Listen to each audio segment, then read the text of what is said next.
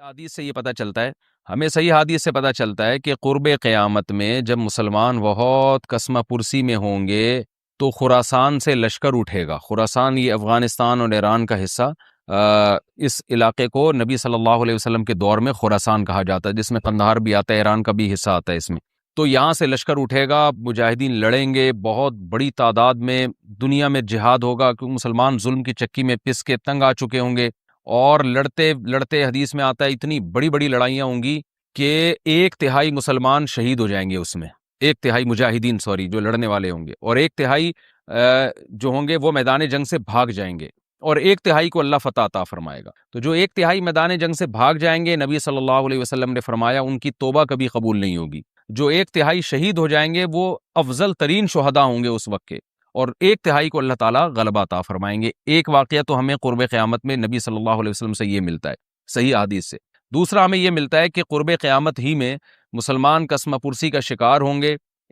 تو تلاش کریں گے حضرت مہدی کو، کیونکہ حضرت مہدی وہ شخصیت ہیں جن پہ تمام نیک لوگ جمع ہو جائیں گے اور وہ مسلمانوں کی میدان جنگ میں کمانڈ کریں گے، جہاد میں کمانڈ کریں گے۔ تو ان کو بیت اللہ میں تلاش کیا جائے گا، وہ رسول اللہ صلی اللہ علیہ وسلم کی اولاد میں ہوں گے، اور لوگ ان کو پہچان لیں گے، اہل اللہ پہچان کر ان کو اپنا امیر بنائیں گے، اور ان کی قیادت میں پھر لڑائی اور جہاد شروع ہوگا۔ اور یہ لڑائی جب دمشق میں لڑائی ہو رہی ہوگی تو دمشق میں عصر کی نماز کے وقت حضرت مہدی، میں نے جو یہ کہا کہ دمشق میں لڑائی ہو رہی ہوگی، مقصد یہ نہیں ہے کہ دمشق کوئی میدان جنگ بنا ہوا ہوگا، مقصد یہ ہے کہ وہ مجاہدین کا لشکر دمشق میں ہوگا عصر کی نماز کے وقت، لڑائی چاہے کسی اور میدان میں ہو رہی ہو، لیکن حدیث میں ہمیں دمشق کا تذکرہ ملتا ہے۔ تو دمشق میں حضرت شام کا تذکرہ ملتا ہے، اور جو قرائن ہمیں ملتے ہیں وہ دمشق کی ایک خاص مسجد ہے، وہ مسجد حضرت مفتی تقی عثمانی صاحب اور مفتی رفیع عثمانی صاحب نے اس کو ہائی لائٹ بھی کیا، لیکن وہ یقینی نہیں ہے، یہ خوب سمجھے، انہوں نے اس کا بھی تبصرہ کیا ہے کہ اس کے بارے میں کوئی یقین نہیں ہے۔ تو حضرت مہدی عصر کی نماز پڑھا رہے ہوں گے، لوگ امامت میں آپ کے پیچھے کھڑے ہوں گے، یہاں تک کہ مسجد کے مینار پر، آج بھی وہ مینار موجود ہے جس کے بارے میں غالب گمان ہے کہ یہ وہ مینار ہے جہاں حضرت عیسیٰ علیہ السلام نازل ہوں گے، غالب گمان کے درجے میں کہا جا سکتا ہے، ورنہ پھر اسی کے اڑوس پڑوس میں کوئی مسجد ہوگی۔ میرا اگر شام جانا ہوا تو انشاءاللہ میں ارادہ ہے کہ میں ولاگ میں اس مسجد کا بھی تذکرہ کروں گا، اس جگہ کا بھی تذکرہ کروں گا، لیکن میں پہلے یہ بات بتا دوں کہ وہ 100% یقینی نہیں ہے، ایسا نہ ہو کہ اس مسجد کے مینار پہ چڑھ کے لوگ جو ہے وہ اس کے کوئی مینار کو ہی چاٹنا شروع کر دیں تبرک کے طور پہ۔ تو عصر کی نماز کا ٹائم ہوگا، حضرت عیسیٰ ابن مریم علیہ السلام فرشتوں کے کندھوں پہ ہاتھ رکھ کے نیچے اتریں گے نماز کے ٹائم پہ، یعنی آسمان سے مینار تک آئیں گے، اور پھر مینار سے آپ کے لیے سیڑھیاں لگائی جائیں گی، سیڑھیوں کے ذریعے مینار سے نیچے اتریں گے اور لوگ ان کو پہچان لیں گے۔ حضرت مہدی ان کو امامت کے لیے آگے کریں گے کہ آپ اللہ کے ایک پیغمبر ہیں، آپ نماز پڑھائیے، حضرت عیسیٰ علیہ السلام انہی کو آگے رکھیں گے، اور اس طرح کا مفہوم ہے حدیث میں کہ اللہ نے اس کام کے لیے آپ کو ہی منتخب کیا۔ کیا مطلب یہ امامت اس امت کا حق ہے؟ تو حضرت عیسیٰ ابن مریم علیہ السلام کا جو کام ہوگا وہ جہاد ہے، اور یہودیوں سے انتقام لینا، کیونکہ یہودیوں نے اپنے خیال میں حضرت عیسیٰ کو قتل کیا تھا، تو اللہ نے یہودیت ہی کے خاتمے کے لیے اور دجال کے خاتمے کے لیے عیسیٰ ابن مریم کو نازل کیا ہے۔ حضرت مہدی سے پہلے ہی دجال ظاہر ہو چکا ہوگا۔ دجال کے بارے میں حدیث میں آتا ہے کہ ہر پیغمبر نے اپنی امت کو دجال کے فتنے سے ڈرایا ہے۔ اچھا، یہ دجال ایک ایسی شخصیت ہے جس کا یہودی انتظار ہم سے زیادہ کر رہے ہیں، کیونکہ یہودی اس کو اپنے لیے نجات دہندہ سمجھتے ہیں، جبکہ حدیث میں آتا ہے کہ دجال کانا ہوگا اور اس کا خدائی کا دعویٰ ہوگا، اس کے پاس کچھ ایسی طاقتیں ہوں گی کہ مردے کو زندہ کر دے، زندہ کو مار دے، ایک طرف اس کے باغ ہوگا، ایک طرف اس کے آگ ہوگی، جو اس پر ایمان لائے گا اس کو باغ میں داخل کرے گا، اور جو اس پر ایمان نہیں لائے گا اس کو آگ میں داخل کرے گا۔ اور رسول اللہ صلی اللہ علیہ وسلم نے فرمایا اس کی جو آگ ہے حقیقت میں وہ جنت کا باغ ہوگا، اور اس کا جو باغ ہے حقیقت میں وہ جہنم کی آگ ہوگی۔ تو جو نبی کی باتوں پہ یقین کرتے ہیں وہ دجال کے فتنے سے محفوظ رہیں گے، اور حدیث میں سورہ کہف کی بھی تلاوت کا حکم ہے، جمعے کے دن جو کہف کی تلاوت کرتا ہے اللہ اس کو دجال کے فتنے سے محفوظ رکھتا ہے۔ اب آپ دیکھیں یہ سورہ کہف میں ہی قیامت کی علامات کا تذکرہ ہے نا، تو شاید اسی وجہ سے کیونکہ جو سورہ کہف پڑھتا رہے گا وہ یاجوج ماجوج کے واقعات بھی پڑھتا رہے گا اور اللہ کی قدرت کے واقعات بھی پڑھتا رہے گا، تو دجال کے فتنے سے اللہ اس کو اس برکت سے بچا کے رکھیں گے، فتنے سے محفوظ رکھیں گے۔ تو وہ ایسی طاقتیں دکھائے گا، بے وقوف لوگ اس پہ ایمان لے آئیں گے۔ حدیث میں آتا ہے کہ کانا کبھی بھی خدا نہیں ہو سکتا، یعنی اس کی تو ایک آنکھ ہوگی نہیں، لیکن بے وقوف لوگ اس کے یہ کچھ ظاہری کمالات دیکھیں گے، یہ نہیں دیکھیں گے کہ یہ تو شکل بھی اس کی اچھی نہیں ہے، یعنی خدا کم از کم جمال والا ہوتا ہے نا، یہ تو ہے بھی کانا، اور اس کے بڑا بڑا کافر بھی لکھا ہوا ہوگا واضح طور پر، جس سے پتہ چلے گا۔ لیکن احمق اور بیوقوف لوگ جیسے روحانی عاملوں کے کچھ شعبدے دیکھ کر ان پہ سے متاثر ہو جاتے ہیں نا، روحانی عاملوں کے شعبدے دیکھ کے، تو ایسے ہی دجال کے شعبدے دیکھ کے متاثر ہوں گے۔ تو بہت لوگوں کو، خلقت کو، بہت بڑی امت کو گمراہ کرے گا دجال، اہل اللہ کو اللہ تعالیٰ اس کے فتنے سے محفوظ رکھے گا۔ پھر حضرت عیسیٰ ابن مریم جب نازل ہوں گے تو وہ دجال کو قتل کریں گے۔ حدیث میں آتا ہے کہ نیزے کے ذریعے گھوڑے پہ بیٹھ کے قتل کریں گے۔ علماء نے اس حدیث کا دو مطلب بیان کیے ہیں کہ یا تو اس کا مطلب یہی ہے کہ واقعی گھوڑے پہ بیٹھیں گے، نیزہ استعمال کریں گے، اور زمین جو ہے وہ اتنی پہلے اس سے جنگیں ہو چکی ہوں گی کہ لوگ دوبارہ تلواروں گھوڑوں کی طرف آ جائیں گے۔ اس بات کا امکان ہے، ہر ملک ایٹمی طاقت بن چکا ہے، تو اگر یہ ایٹم بم سارے ملک آپس میں چلا دیں تو ہم دوبارہ گدے گھوڑوں والی زندگی پر آ جائیں گے، ٹیکنالوجی ساری تباہ و برباد ہو جائے گی، انسان کی ترقی۔ تو اس بات کا بھی امکان ہے کہ کوئی اس سے پہلے ہو سکتا ہے کوئی ایسی جنگ عظیم ہو کہ انسانیت دوبارہ پہاڑوں پتھروں کے دور میں آ جائے۔ لیکن ظاہر یہ معلوم ہوتا ہے کہ رسول اللہ صلی اللہ علیہ وسلم نے جو کلام کیا ہے، ظاہر ہے اس دور کے لحاظ سے جو لوگوں کے جہاں تک جو لوگوں کی مینٹل اپروچ ہے وہاں تک، تو نبی صلی اللہ علیہ وسلم میزائل یا اور ٹینکوں کا تذکرہ کرتے تو کیا سمجھ میں آتا؟ تو گھوڑے سے مراد ہے جو اس زمانے کا گھوڑا ہوگا، اور نیزے سے مراد ہے اس زمانے کا جو اسلحہ ہوگا، کیونکہ نیزہ نبی کے دور کا ایک مناسب اسلحہ تھا اور گھوڑا نبی کے دور کی میدان جنگ کی ایک مناسب سواری تھی۔ تو اس سے یہ بھی پتہ چلتا ہے کہ ہو سکتا ہے عیسیٰ ابن مریم نیزے کے بجائے کوئی کلاشنکوف کا استعمال کر لیں، تو یعنی وہ نیزہ جو ہے وہ اس کلاشنکوف کی یا جو بھی اسلحہ اس وقت حضرت عیسیٰ ابن مریم استعمال کریں گے اس کی ایک تعبیر ہے، تو اس کا بھی پورا امکان ہے۔ تو ہمیں بہرحال اتنا ایمان ہمارے لیے ضروری ہے کہ دجال کو قتل کرنے والی جو ذات ہے جو شخصیت ہے وہ عیسیٰ ابن مریم علیہ الصلاۃ والسلام ہے۔ تو حضرت عیسیٰ کے ذریعے اللہ تعالیٰ دجال کو قتل کریں گے، اور حضرت عیسیٰ کی قیادت میں زبردست جہاد ہوگا۔ حدیث میں آتا ہے کہ عیسیٰ ابن مریم اس دنیا کو امن سے بھر دیں گے، اتنا امن ہو جائے گا اور اتنی مالی فراوانی ہوگی، اتنی مالی، کیونکہ دنیا میں مال بہت ہے، ڈسٹریبیوشن صحیح نہیں ہے، جو تقسیم ہے نا مال کی وہ ظالمانہ ہے، جس کی وجہ سے غریب سے غریب تر ہے، امیر سے امیر تر ہے۔ حضرت عیسیٰ ابن مریم ایسا نظام قائم کریں گے کہ جس سے مال کی صحیح تقسیم، اور لوگ اٹھیں گے زکوٰۃ کا مستحق تلاش کریں گے، اور لوگوں کو زکوٰۃ کا مستحق نظر نہیں آئے گا، غریب تلاش کرنا مشکل ہو جائے گا۔ یعنی ایک آدمی، حدیث کے مفہوم ہے کہ زکوٰۃ لے کے گھومتا رہے گا اور اس کو کوئی غریب نہیں ملے گا، اتنی مالی فراوانی ہو جائے گی۔ پھر ترمذی کی روایت میں آتا ہے کہ اللہ کی طرف سے برکتیں ایسی نازل ہوں گی کہ بڑے بڑے انار پیدا ہوں گے، بڑے بڑے انگور پیدا ہوں گے، زمین اپنی برکتیں کھول دے گی، اور حضرت عیسیٰ علیہ السلام خنزیر کو بھی دنیا سے ختم کر دیں گے، خنزیر کی نسل کو ختم کر دیا جائے گا، وَيَضَعُ الْجِزْيَةَ، اور جزیہ کا نظام ختم، اما الاسلام و اما السیف، یا تو تلوار یا اسلام، اس کے علاوہ نہیں۔ تو نبی صلی اللہ علیہ وسلم کو اللہ نے جس مقصد کے لیے دنیا میں بھیجا تھا، اس مقصد کی جو تکمیل ہے وہ عیسیٰ ابن مریم کے ذریعے۔ باقی اس میں حکمتیں کیا ہیں اس پر میرے الگ سے بیانات موجود ہیں کہ اللہ نے حضرت عیسیٰ ابن مریم کا انتخاب کیوں کیا اس کام کی تکمیل کے لیے، اسی امت میں کوئی کیوں منتخب نہیں کر لیا، یا یہ کہ پیغمبر صلی اللہ علیہ وسلم ہی کے ذریعے پوری دنیا میں اسلام کو غالب کر دیا جاتا، اس میں کیا حکمتیں ہیں، اس پر میرے الگ سے بیانات موجود ہیں۔ ابھی تو میں کوشش کرتا ہوں کہ تفسیر سے میں جو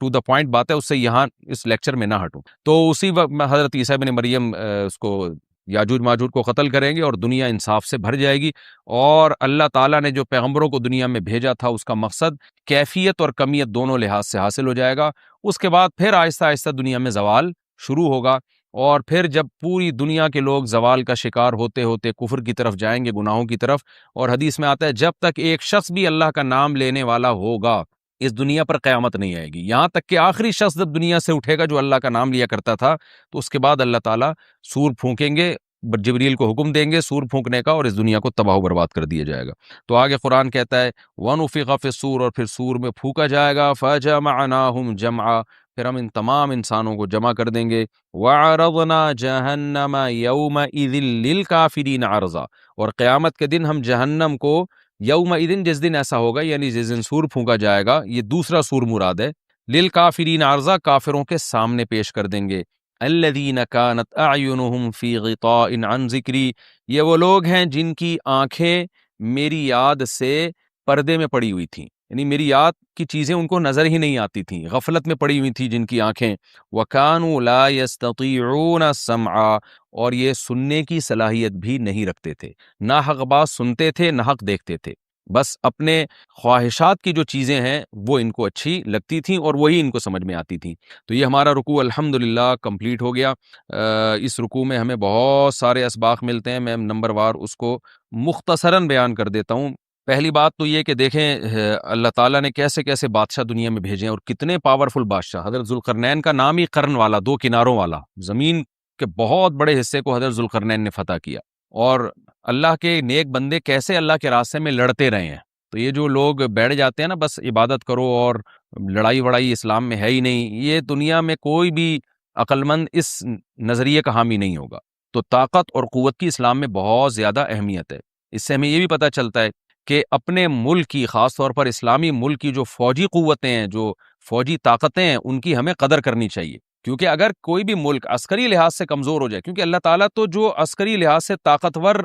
قومیں تھیں اللہ نے ان کا کتنا تذکرہ کیا، ہاں وہ اللہ کے باغی نہ ہو، تو اسلامی ملک میں کوئی بھی اسلامی کنٹری ہے، چاہے سعودی عرب ہے، چاہے پاکستان ہے، چاہے ترکی ہے، کوئی بھی اسلامی کنٹری ہے، اس کی فوج کی قدر کرنی چاہیے، کیونکہ اسی کی وجہ سے ملک کا بارڈر محفوظ ہوتا ہے۔ اگر مسلمان عسکری لحاظ سے کمزور ہونا شروع ہو جائیں تو کافر ہمیں گاجر مولی کی طرح کاٹنا شروع کر دیں، اسلام دشمن قوتیں ہمیں کھا جائیں، ختم کر دیں ہمیں کھا کے۔ تو نیک قوتوں کو اپنی بقا کے لیے ہمیشہ سے ایک اسلحے کی اور طاقت کی ضرورت رہتی ہے، اس کی اہمیت اسلام میں بہت زیادہ ہے۔ موسیٰ علیہ الصلوۃ والسلام کے بعد کتنے بڑے بڑے جنگی کمانڈر پیدا ہوئے، ذوالقرنین کا اللہ نے کیسا تذکرہ کیا، ذوالقرنین کی عبادت کا کہیں بھی تذکرہ نہیں، حالانکہ وہ بڑے عبادت گزار بھی تھے۔ داؤد علیہ السلام کی عبادت کا تذکرہ بھی ہے، ان کی تلوار اور طاقت کا تذکرہ بھی ہے۔ تو اللہ تعالیٰ جہاں عبادت کا تذکرہ کرتے ہیں تو طاقت اور قوت کا بھی تذکرہ کرتے ہیں، اس سے عسکری لحاظ سے اپنے آپ کو مضبوط کرنے کی اہمیت کا ہمیں پتہ چلتا ہے کہ اسلام میں اس کی بڑی اہمیت ہے۔ کسی بھی اسلامی ملک کی فوج کا مورال کسی بھی لحاظ سے ڈاؤن نہیں ہونا چاہیے، اور عسکری لحاظ سے وہ کسی بھی لحاظ سے کمزور نہیں ہونی چاہیے، اور اس کو چاہیے کہ اعدوا لهم ما استطعتم من قوہ پر عمل کرے، کہ قرآن کہہ رہا ہے روز بروز اپنی طاقت اور قوت میں اضافہ کرنے کی کوشش کرو۔ اس سے مسلم قوم کو کبھی بھی غافل نہیں ہونا چاہیے، اور کوئی بھی ایسا کام جس سے مسلمان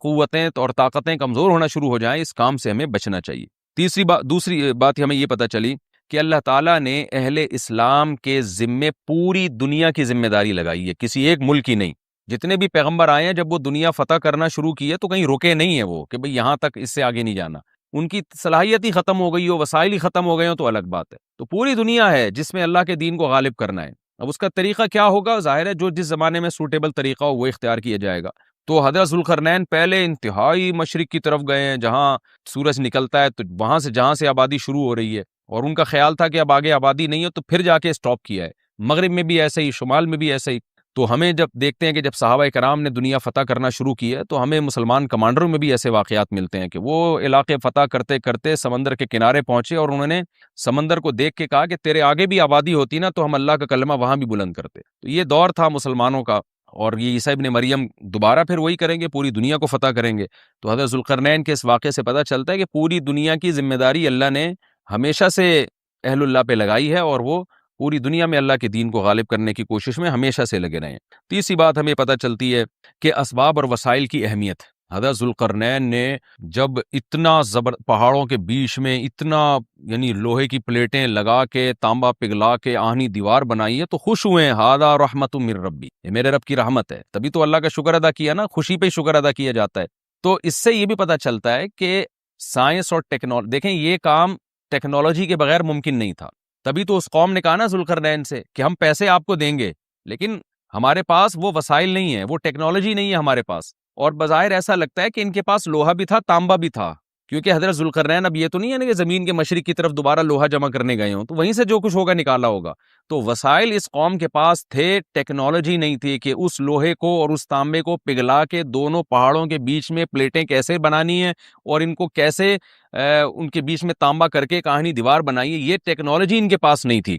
تو اس سے ہمیں ٹیکنالوجی کی ویلیو کا بھی پتہ چلتا ہے۔ آج مسلمان اس میں بھی بہت پیچھے چلے جا رہے ہیں اور اس کو مذہب سمجھنا شروع کر دیا ہے، یہ بات بھی غلط ہے۔ حضرت ذوالقرنین نے اتنی طاقت اور قوت کا استعمال کیا اور اتنے زبردست طریقے سے اس وقت جو بھی اس سوٹیبل ٹیکنالوجی تھی اس کا استعمال کر کے دو پہاڑوں کے بیچ کے راستے کو بند کر دیا، اور اس پہ خوشی منائی حضرت ذوالقرنین نے۔ یہ نہیں کہا کہ بھئی اس سے کچھ بھی نہیں ہوتا، اصل میں تو بس انسان کو چاہیے کہ وہ اللہ اللہ کیا کرے بیٹھ کے، اور یہ کیا اللہ سے بس مدد مانگو، اللہ ہی۔ یاجوج ماجوج کے بارے میں ان کو کہہ دیتے ذوالقرنین کہ تم سب رات کو تہجد میں اٹھ کے دعائیں مانگو، اللہ یاجوج ماجوج سے تمہیں بچا لے گا۔ نہ نہ نہ، حضرت ذوالقرنین نے کہا دعائیں بھی مانگو، یقیناً حکم دیا ہوگا دعائیں مانگنے کا، لیکن ہم پورے اسباب اور وسائل استعمال کریں گے، لوہے کی پلیٹیں بنائیں گے، تانبے کو پگھلائیں گے، اوپر چڑھائیں گے اور اس طرح سے پوری مضبوط دیوار بنائیں گے۔ آج مسلمان ہاتھ پہ ہاتھ رکھ کے بیٹھ گیا ہے اور وظیفوں میں اور جو ہے بس وہ چند صبح شام کے وظیفے پڑھ کے وہ سمجھتا ہے کہ ساری دنیا کے سارے مسائل کا حل اس سے ہو جائے گا۔ ایسا نہیں ہے، آپ کو بہت زیادہ ترقی کرنی ہے، بہت زیادہ اسباب و وسائل میں آپ کو غیر مسلموں سے آگے نکلنا ہے، جیسے کہ قرون اونا کے اولا کا مسلمان نکلا تھا، تبھی اللہ نے اس کے لیے دنیا میں فتوحات کے دروازے کھولے تھے. تو عندهم الغیب فهم یکتبون، یہ آیت ہے جس پر آج میں نے درس دینا تھا. وقت تھوڑا رہ گیا تو مختصر دیتا ہوں. قرآن کہہ رہا ہے ام عندهم الغیب فهم یکتبون، کیا ان کے پاس غیب کا علم ہے جس کو یہ لکھ رہے ہیں؟ کیا علم؟ یہ خوش فہمی کا شکار ہیں. دیکھو جتنے بھی لوگ جو مذہب کو فالو نہیں کر رہے، حقیقت میں وہ اس خوش فہمی میں مبتلا ہیں کہ ہمیں کچھ بھی ہونے والا نہیں ہے. جیسے ہماری حالت اچھی ہے، ہمارا فیوچر بھی ایسا، یا تو مر کے ختم ہو جائیں گے، اور اگر مل بھی گیا تو کوئی برا نہیں، ہم کو برے تھوڑی ہیں، ہم کوئی برے تھوڑی ہیں. تو اللہ نے اس کا جواب دیا کہ کیا ان کے پاس فیوچر کا علم ہے پہلے سے؟ مستقبل کے بارے میں کبھی بھی بات کی جائے گی تو علم کے بغیر نہیں کی جا سکتی. کوئی آدمی کہہ رہا ہے نا فیوچر میں ایسا ہونے والا ہے، تو آپ اس سے دلیل پوچھیں گے آپ کو کس نے بتایا؟ وہ تانے بانے ملائے گا، صغرے کبرے ملائے گا، تو پھر اس کے بعد اگر وہ ایسے ہی کہہ رہا ہے کل یہ ہو جائے گا، پرسوں یہ ہو جائے گا، دیکھو مستقبل کے بارے میں میں یہ کہوں کہ کل پیر ہے تو یہ بھی فیوچر کی خبر ہے. آپ اس میں مجھ سے یہ پوچھ سکتے ہو کہ کیا دلیل ہے؟ میں کہوں گا دلیل یہ کہ آج کیا ہے؟ اتوار ہے. یہاں دلیل ہے، یہاں میرے لیے یہ دعویٰ کرنا درست ہے کہ کل کیا ہے؟ پیر ہے. لیکن اگر میرے پاس دلیل نہیں ہے اور میں کہوں کہ کل جو ہے وہ کل دنیا میں 3000 آدمی مر جائیں گے ایک ہی کسی حادثے میں، تو لوگ پوچھیں گے بھائی کیا دلیل ہے کسی حادثے میں 3000 آدمی مر جائیں گے؟ اب میرے ذمے کیا ہے؟ میں کہوں وہ ویسے ہی میرا ذوق کہہ رہا ہے. تو یار کوئی مانے گا کوئی؟ اچھا عجیب بات یہ ہے کہ روحانی عاملوں کی یہ باتیں مان لیتے ہیں لوگ. میں یہ کہوں نا کل 3000 آدمی ایک حادثے میں، اللہ نہ کرے مرے ہیں، میں ایک مثال دے رہا ہوں، تو لوگ کہیں گے کہاں سے پتہ چلا؟ لوگ کہیں گے بھائی جھوٹ بول رہے، اس کو کس نے بتایا؟ یا تو قاتلوں سے تعلقات ہیں جس نے مارنے کا ارادہ کیا ہے، ایسا بھی نہیں ہے تو یہ ہوائی بات ہوگی. لیکن یہی بات روحانی عامل کرے گا تو لوگ کیا کریں گے؟ حضرت کا علم ہے بھائی، حضرت کے پاس بولو علم ہے. ابھی روحانی عاملوں پہ نہیں جاؤں گا، پھر میں معین اختر کی طرح نا بلب کے رشتہ داروں کو بھی، تو اب تو میں روحانی عاملوں کے رشتہ داروں کو بھی اچھے الفاظ سے یاد نہیں کرتا. رشتہ داروں سے مراد وہی جو بلب کے رشتہ دار تھے. اب آپ کہیں گے بلب کے کون سے رشتہ دار ہوتے ہیں؟ ہمارے ہاں کبھی بھی جس بندے کو برا کہا جاتا ہے گالی اس کو نہیں دی جاتی، ہمیشہ اس کے رشتہ داروں کو ہمیشہ گالی دی جاتی ہے. یہ ہمارے ایک ٹرینڈ چل نکلا ہے. تو قرآن کہتا ہے کہ ام عندہم الغیب فہم یکتبون. کیسے دیکھو ہمیں جھنجھوڑ رہا ہے قرآن کہ تم اپنے بارے میں کیوں فرض کر کے بیٹھے ہوئے ہو کہ تمہیں کچھ بھی ہونے والا نہیں ہے، تمہیں سزا نہیں ملے گی. یہ تمہیں کس نے بتایا ہے؟